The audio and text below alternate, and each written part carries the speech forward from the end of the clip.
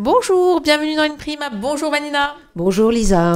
Nous sommes en compagnie de Philippe Pierrand. J'ai dit bonjour. Bonjour. Alors vous êtes éditeur, vous êtes photographe et on va vous découvrir à travers les sens tout au long de cette semaine. Évidemment, on va remonter au premier souvenir d'enfance. Quel est-il?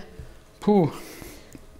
Question difficile parce que moi j'y reviens pas tous les jours sur mon enfance. Oui, c'est ça. Donc je dirais peut-être un appartement dans un immeuble avec le souvenir de mes parents, ouais. Oui, peut-être ça. Tout petit à gambader. À crapahuter dans l'appartement. À crapahuter dans le couloir de l'appartement. C'est un souvenir visuel ou tu as aussi des souvenirs un peu tactiles? C'est quoi? C'est une sensation? C'est plutôt une sensation, oui, visuelle un peu. Mais bon, visuel, certainement une part d'imaginaire. Ouais. Certainement, peut-être pas grand-chose avec la réalité, finalement. C'est tellement loin. Donc tu as gardé un souvenir comme un mirage, un peu. Le premier souvenir est quelque chose de réinventé. Oui, je crois que les souvenirs aussi lointains, moi je pense que ce sont des mirages, mais sur lesquels on construit finalement quelque chose, comme tous les mirages. Et justement, est-ce que ce premier souvenir, ce souvenir un petit peu visuel, un peu de l'imaginaire, etc., est-ce que plus tard dans la vie, ça permet justement de construire une vision des choses, justement, ça trahit un imaginaire? Non, je pense pas que un seul souvenir comme ça, une seule sensation puisse être vraiment la construction de toute une vie d'imaginaire. L'imaginaire, à mon avis, se construit tous les jours. Il se construit encore. Et je crois que, en effet, l'imaginaire, il est tellement vaste on ne saurait pas le ramener à une seule image, une seule sensation, parce que là, ça serait de l'obsession. Justement, en tant que photographe, qu'est-ce qui construit une vision? Est-ce que c'est justement des images comme ça qui s'amassent d'année en année, des perceptions, des chocs visuels aussi, des fois des chocs visuels, des chocs positifs ou négatifs d'ailleurs?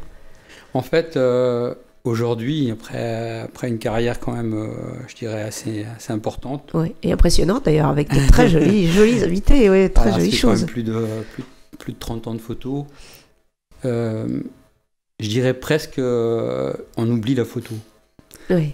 Ça va vous paraître un peu bizarre, mais finalement, je crois que c'est la rencontre, que ce soit d'ailleurs, comme je dis, avec une personne, ou avec un paysage, ou avec même un objet. C'est une histoire de rencontre. Alors évidemment, nous autres photographes, on a un outil qui est la lumière, voilà. Donc, avec laquelle on joue, et on construit en effet peut-être un monde imaginaire qu'on propose. Justement, dans la photographie, souvent, quand on pense à la photographie, on pense au réel, mais il y a une grande part d'imaginaire, il y a une construction, il y a une création du photographe. Oui, bien sûr. Bien sûr, il y a une création qui se fait, qui ne peut pas se faire sans l'autre.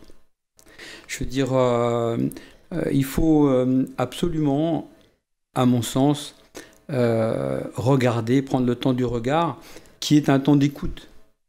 Et on construit à partir de là. C'est-à-dire, c'est un échange, c'est une rencontre.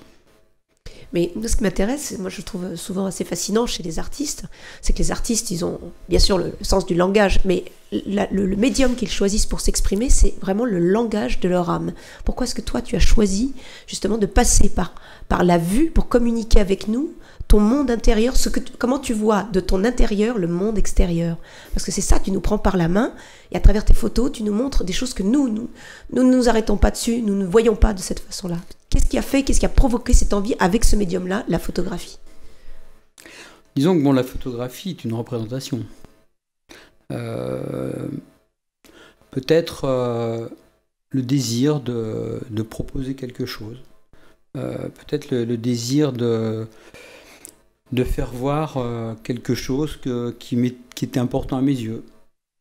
Et par ce biais, de provoquer aussi la rencontre. C'est peut-être ça. Philippe Pierangeli, on se retrouve demain, votre compagnie, demain aussi Vanina, et puis on va continuer à évoquer évidemment avec vous cette quête d'essence. À demain, au revoir. Bonjour, bienvenue dans In Prime. Nous sommes en compagnie cette semaine de Philippe Pierangeli. Bonjour. Bonjour. Donc vous êtes éditeur et photographe, on vous a un petit peu découvert hier et puis on va continuer à vous découvrir puisque je suis en compagnie de Vanina. Bonjour Lisa, bonjour Vanina. Philippe. Bonjour. C'est avec plaisir que je vous retrouve. Alors, la dernière fois, on a évoqué justement cette communication visuelle, parce que Philippe travaille vraiment je pense que c'est le mot qui convient, la communication visuelle, parce que c'est un langage que tu proposes. Et peut-être aujourd'hui, on va s'intéresser à un autre sens, parce que c'est ça, on aime bien explorer et découvrir nos invités à travers les 5 sens. Et moi, j'ai remarqué dans tes photos, Philippe, on a un grain souvent très prononcé, c'est-à-dire qu'on pourrait presque toucher tes photos. Les textures, ils sont extrêmement bien exprimées. On voit les différences. On a la sensation que tu nous décris, c'est-à-dire qu'il y a l'émotion, mais tu nous emmènes dans une réalité extrêmement précise. Donc, on a presque un sens du toucher. Est-ce que c'est quelque chose dont tu as conscience ? Oui, c'est marrant cette remarque. Évidemment, je m'attache à montrer les matières, à les représenter, bien qu'elles ne soient pas en 3D. Mais c'est vrai que j'attache de l'importance à la matière. Mais je dirais que la matière, elle est faite par la lumière. On revient encore à la photographie. Tout à fait. C'est-à-dire que si, par exemple, il y a une surexposition, que c'est complètement, entre guillemets, cramé, comme on dit, on n'a plus du tout de matière. Donc, la photographie, c'est aussi doser la lumière et doser le contraste. Donc, en fait, révéler la matière. Oui, c'est vrai. Justement, lorsque l'on révèle la matière, il y a ce sens du toucher. Est-ce que c'est important aussi, peut-être, en tant que photographe, d'aller d'abord, finalement, appréhender par le toucher le sujet qu'on va prendre en photo, qu'on va ainsi mettre en lumière? Oui, enfin, ça c'est vrai que, personnellement, quand je rencontre les gens, j'aime bien leur serrer la main, voire les embrasser. Je trouve que le contact est important. Donc, en tout bien, tout honneur à toi. Non, parce que là, il fait ce qu'il veut. Hein. Il fait ce qu'il veut. Non, bien sûr, mais voilà, je veux dire, en toute amitié, en toute fraternité. Je veux dire, nous sommes des humains. Nous avons une âme et nous avons un corps. Et c'est vrai que le toucher, l'embrassade, l'accolade, la poignée de main chaleureuse sont des choses qui amènent à la rencontre et voilà, au partage, dans un sens très général. Bien sûr. Mais en fait, tu es un peu obligé, parce que si tu as envie, souvent, je vois sur les portraits, il y a besoin quand même d'avoir un rapport d'intimité ou de complicité avec ton modèle, surtout s'il est humain ou si il y a quelque chose, les gens ne se détendent pas devant un photographe. Donc, il y a besoin souvent d'avoir, dès le prime abord, ce contact, cette chaleur. Oui, enfin là, le portrait, c'est un peu spécial. Je dirais que le portrait, je n'irais pas forcément embrasser la personne. Voilà. Ça serait tu as ta réponse, ça serait peut-être mal interprété. Donc, non. Non, mais par contre, on n'est pas obligé de toucher les gens physiquement pour finalement avoir un contact qui soit vrai. Je pense que le regard, l'échange avec beaucoup de sincérité, ça c'est un mot qui est important pour moi. La sincérité, aussi bien des propos que du regard, l'authenticité, sont des choses importantes. Donc, nul besoin du toucher physique, je dirais, pour créer un lien. Voilà. Ce qu'il faut, c'est toucher l'âme, je dirais. On parle parfois de photogénie, etc. Bon, les gens, en général, ne se trouvent pas photogéniques. C'est vrai. Justement, le rôle du photographe, il est d'arriver à prendre les gens aussi sous leur meilleur profil, sous leur meilleur angle. La photogénie, ça a un peu un rapport aussi justement au fait de discuter, d'échanger en amont avant de prendre la photo, de mettre la personne en confiance, d'arriver à percevoir chez elle quelque chose aussi, c'est important. Je pense que photogénie, génie de la photo, je dirais, c'est la photogénie. Bon, les gens prennent différemment la lumière. Un visage prend différemment la lumière. Je dirais même Nous ne sommes pas tous égaux, c'est ça. Voilà, nous ne sommes pas tous égaux, mais lumière. c'est pas une histoire de beauté, par contre. Ça n'a rien à voir avec la beauté. C'est vrai, C'est plutôt je dirais, le sens d'accepter ou non d'être photographié. Et moi, ce que je dis souvent dans un portrait, j'aime bien que les gens se mettent en avant, c'est-à-dire avancent et ne restent pas en retrait. C'est-à-dire qu'ils n'aient pas une posture de retrait, mais plutôt une posture avenante. Voilà, ça c'est important. Ensuite, c'est vrai que le travail de lumière est également important, hein, c'est clair. Merci beaucoup Philippe Pierangeli. On se retrouve demain avec Vanina. On va évoquer d'autres sens. À demain, merci. À demain. Bonjour, bienvenue dans l'Imprime. Nous sommes toujours en compagnie de Philippe Pierangeli ce mercredi. Bonjour. Bonjour. Bonjour Vanina. Bonjour Lisa, bonjour Philippe. Bonjour. Alors on va aller aujourd'hui vers un autre sens. On a parlé de vue, on a parlé de toucher. Si on se dirigeait justement vers l'ouïe, moi ça m'intéresse souvent de connaître quelle est la bande son qui accompagne la vie des artistes. Alors des fois depuis l'enfance peut-être, à travers les parents ou les grands frères, les grandes sœurs, et puis en tant qu'adulte, en tant que créatif, quelle est la bande son qui accompagne leur jour. Même inavouable, attention. Oui, tout à fait. Alors moi chez moi c'est un peu particulier, c'est énorme quoi. Je veux dire la musique c'est énorme parce que je travaille avec, je vis avec, et pour moi la musique, un monde sans musique serait un monde invivable quoi. Donc évidemment je suis extrêmement sensible à la musique, à beaucoup de musique. J'ai découvert le classique, on va dire dans une voiture en écoutant Maria Callas. J'ai découvert le jazz et le blues et toute la musique noire américaine par des amis étudiants africains il y a très longtemps quand j'étais à la fac. Voilà, j'adore toutes les musiques. La musique corse est une musique extraordinaire. Elle a cette particularité la langue corse se chante et se chante merveilleusement bien. Donc voilà, je suis mélomane passionné.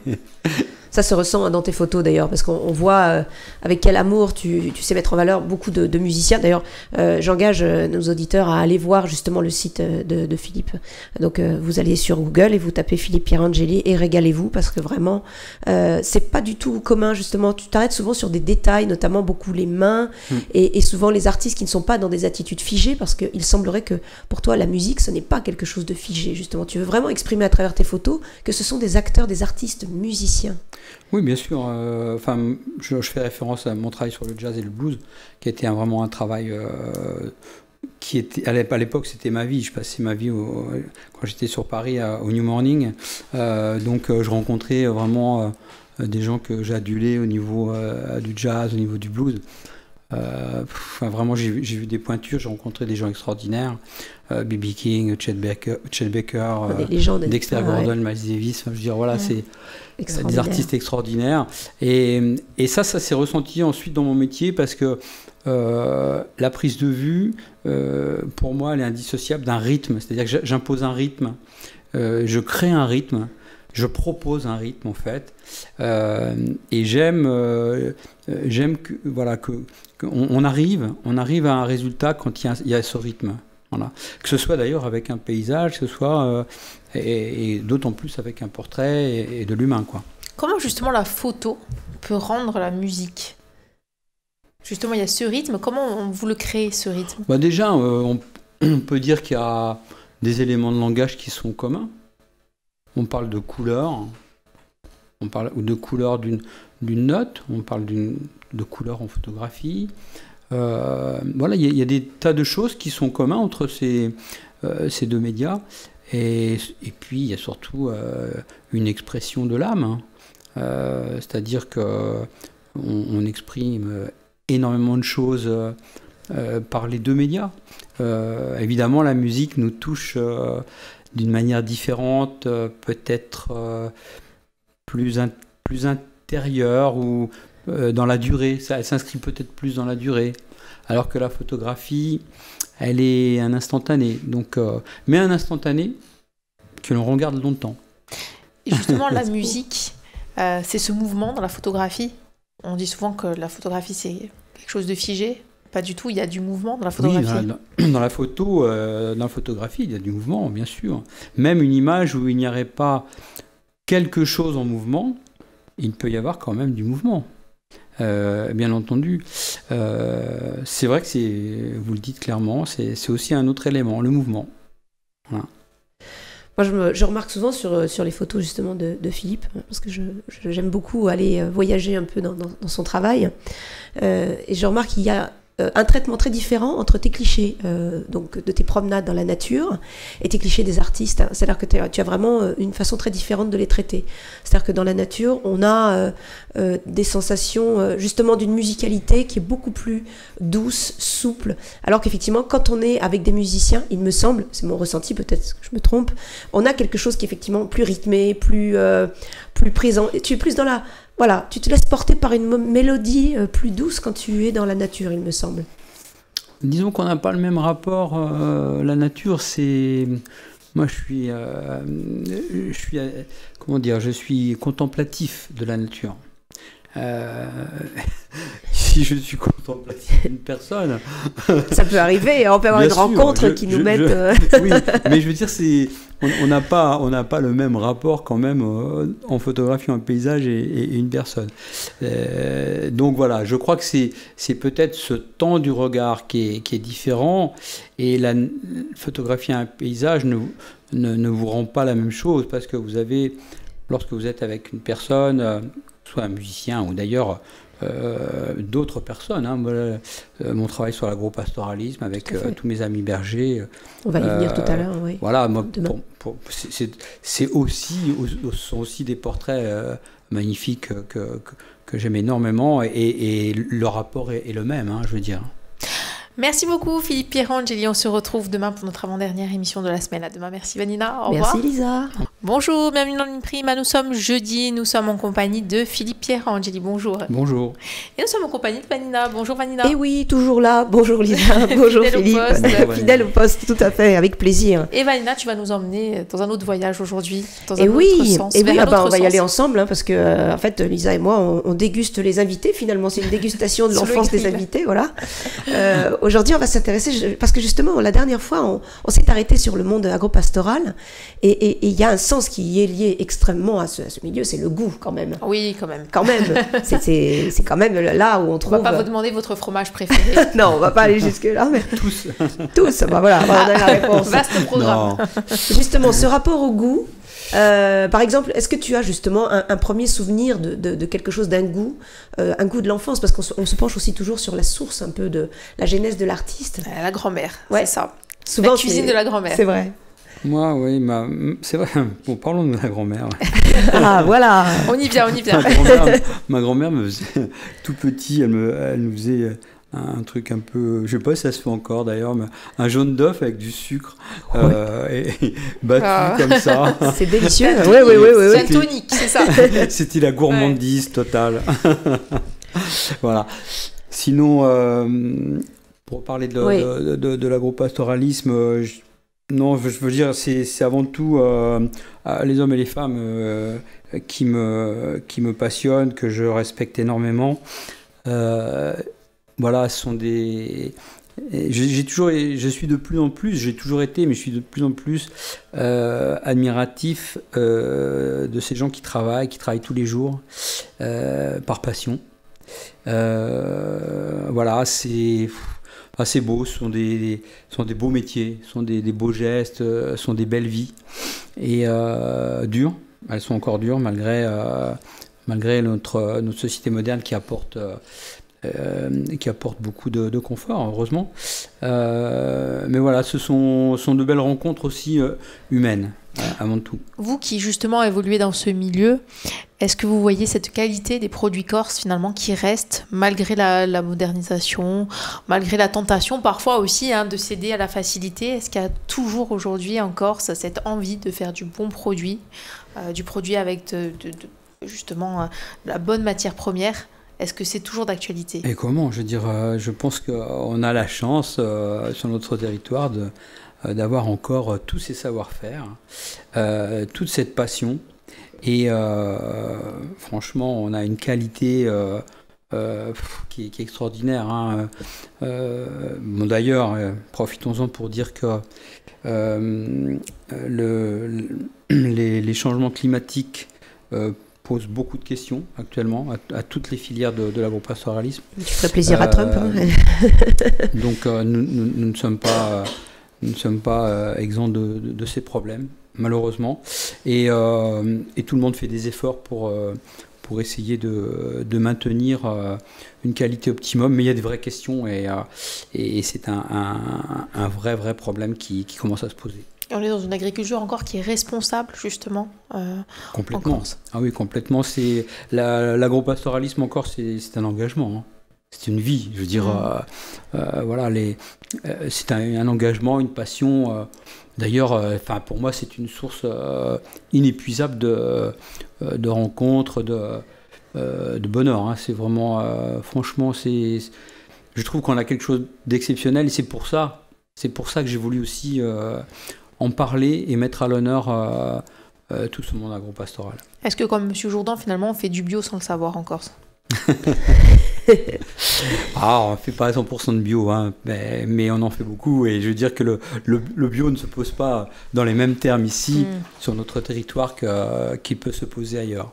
Mais il faut être vigilant et toujours garder l'œil. Oui, il y a une chose qui m'intéresse, c'est parce qu'on voit, donc tu nous as amené ce magazine absolument magnifique, Isola Montagne. Et ce qui m'intéresse, c'est, je voudrais savoir, quand tu pars justement en reportage, tu vis avec les bergers, tu vis avec ce monde pastoral, comment ça se passe? Tu te sens toi-même, justement, tu manges avec eux, tu vis avec eux, comment ça se passe? Ou alors au contraire, tu es à l'extérieur, très très discret? Ah non, du tout. Pour la plupart, ce sont des amis, mais lorsque ce ne sont pas des amis, souvent ils le deviennent. C'est-à-dire que vivre, pour moi, dans un territoire, c'est vivre en accord avec le territoire. Et ce choix que j'ai fait de sortir ce magazine sur l'agropastoralisme et les sports de pleine nature, c'est avant tout par passion de l'intérieur, de la montagne et de ces rencontres. Mais bien sûr, je vis avec. Lorsque je fais un reportage, je monte en montagne, je marche, je partage la vie, bien sûr. C'est l'essence même de la rencontre.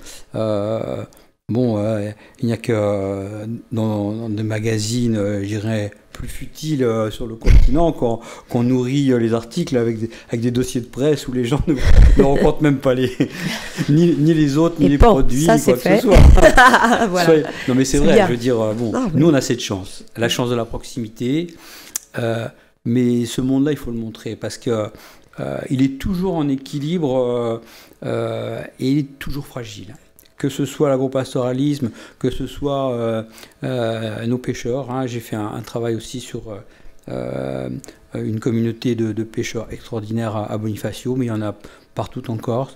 Voilà, ça ce sont des métiers qui sont en sursis et c'est très très important de les montrer et j'espère qu'ils vont perdurer parce que c'est notre salut, hein. Soyons clairs.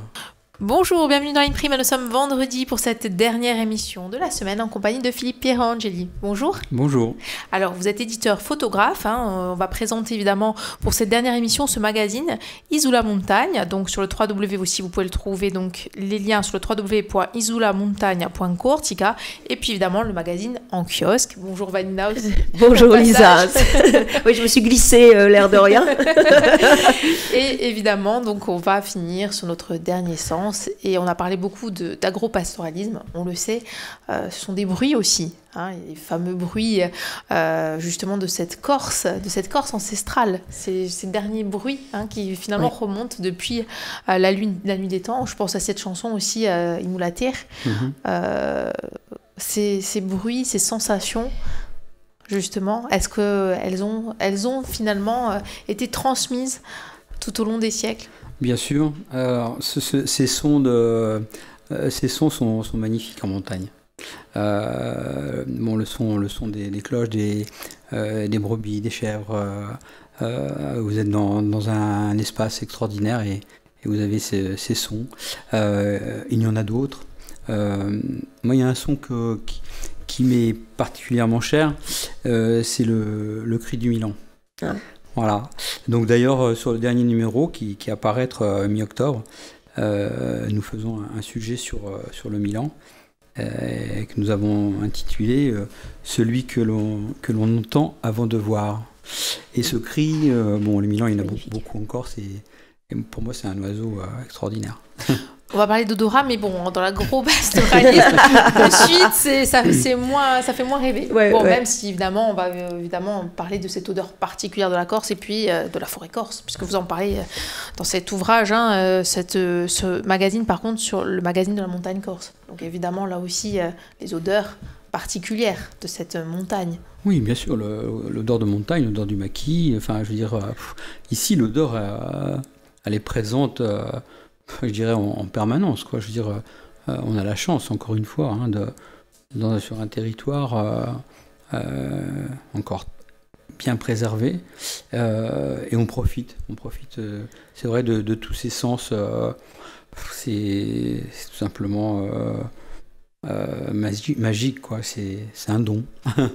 Justement, c'est ça, je trouve qu'on trouve justement dans ce magazine, dans tes photos, c'est qu'au fond, tu essayes de nous rendre amoureux justement de ce milieu, et quelque part tu traduis, on en parlait la dernière fois à propos justement du toucher, cette qualité que tu as à retraduire les matières, mais justement on a presque l'odeur de la laine des moutons, on a l'odeur du lichen, de la mourte, on a toutes ces odeurs de la roche sous la pluie, voilà, on a tous, tu as cette qualité dans tes photos de raconter, de nous prendre par la main, presque on rentre, c'est comme dans Mary Poppins où on rentre dans les tableaux, et toi on rentre dans les photos. Est-ce que tu as conscience justement de cette diversité justement des sens que tu mets dans ta photo? Bah, je pense que ça, c'est un mot, hein. Bon, je ne vais pas être prétentieux, mais c'est l'amour, simplement. Je pense que lorsqu'on aime les gens, lorsqu'on aime les choses, on transmet forcément, je pense, une sensualité, quelque chose, un aspect voilà, qui est de l'ordre de la sensation, hein, en général. Et donc, c'est pas très difficile, en fait, si l'on a cette disponibilité. Si on a cette disponibilité, c'est l'inconscient fait le reste, je dirais. Et c'est un vrai bonheur. Ce titre du magazine Is ou la montagne, finalement, est-ce que l'identité corse, elle se niche encore dans cette montagne? C'est vraiment la particularité de notre identité. Moi, je pense, hein, je suis pas, je suis pas le seul à l'affirmer, mais je pense que bien sûr. Même aujourd'hui, avec les évolutions, la population qui est descendue finalement sur les rivages. Oui, mais tout le monde a un village. C'est vrai. Non, l'intérieur, c'est le cœur de la Corse. C'est le cœur qui bat, même si, en effet, les rivages sont magnifiques et que beaucoup de personnes s'y sont installées. Mais l'authenticité, je veux dire, toute la richesse de la culture, elle est de la montagne. Et vous voyez, dans ce magazine, l'important pour nous, c'est de donner la parole et de ne pas confisquer un concept. Non, si on parle de montagne, c'est pour donner la parole aux gens qui vivent la montagne. Ce sont eux qui font la vie, qui font l'histoire de la montagne. Là, dernièrement, j'ai fait la redescente d'estive avec un jeune berger. Ensuite, j'ai rencontré une jeune étudiante très talentueuse, mais tout ça, vous le retrouverez dans le prochain numéro. Ce sont des gens qui ont choisi de rester à l'intérieur, puisque le prochain numéro est sur le New Hall. Qui ont choisi de rester dans leur village et de faire une activité soit agro-pastorale traditionnelle, en reprenant peut-être, comme ce jeune berger son père n'était pas berger, mais son grand-père était berger. Donc en reprenant, comme il dit, pour le plus grand bonheur de sa famille, une activité traditionnelle, évidemment avec toute la modernité qui va avec. Parce que n'oublions pas que la ruralité a encore cette image un peu figée finalement. Un peu figée, un peu fausse. La ruralité a énormément évolué, elle évolue encore. Elle est vivante. Et elle est vivante et elle évolue beaucoup plus vite, je pense, que d'autres parties du territoire. Il y a vraiment une dynamique chez la jeunesse en plus. Franchement, c'est ce qui se passe en ce moment, aussi bien ici en Corse que sur le continent. Au niveau de la ruralité, c'est extrêmement fort et c'est moderne. Voilà. Ben justement, donc dans ce magazine Isola Montagne, pour les auditeurs, c'est vraiment un magazine d'actualité sur la montagne. Et c'est important de le souligner puisque ce n'est pas une montagne qui est figée, mais c'est une montagne qui bouge, qui propose des choses, des nouveaux modèles de société. Et finalement, c'est ce que vous démontrez à travers ce magazine. Merci beaucoup d'avoir été notre invité, Philippe Pierangeli. Merci Vanina. Merci à vous Lisa. Et à très vite. Merci. Merci de m'avoir reçu. Merci. Avec plaisir. Au revoir.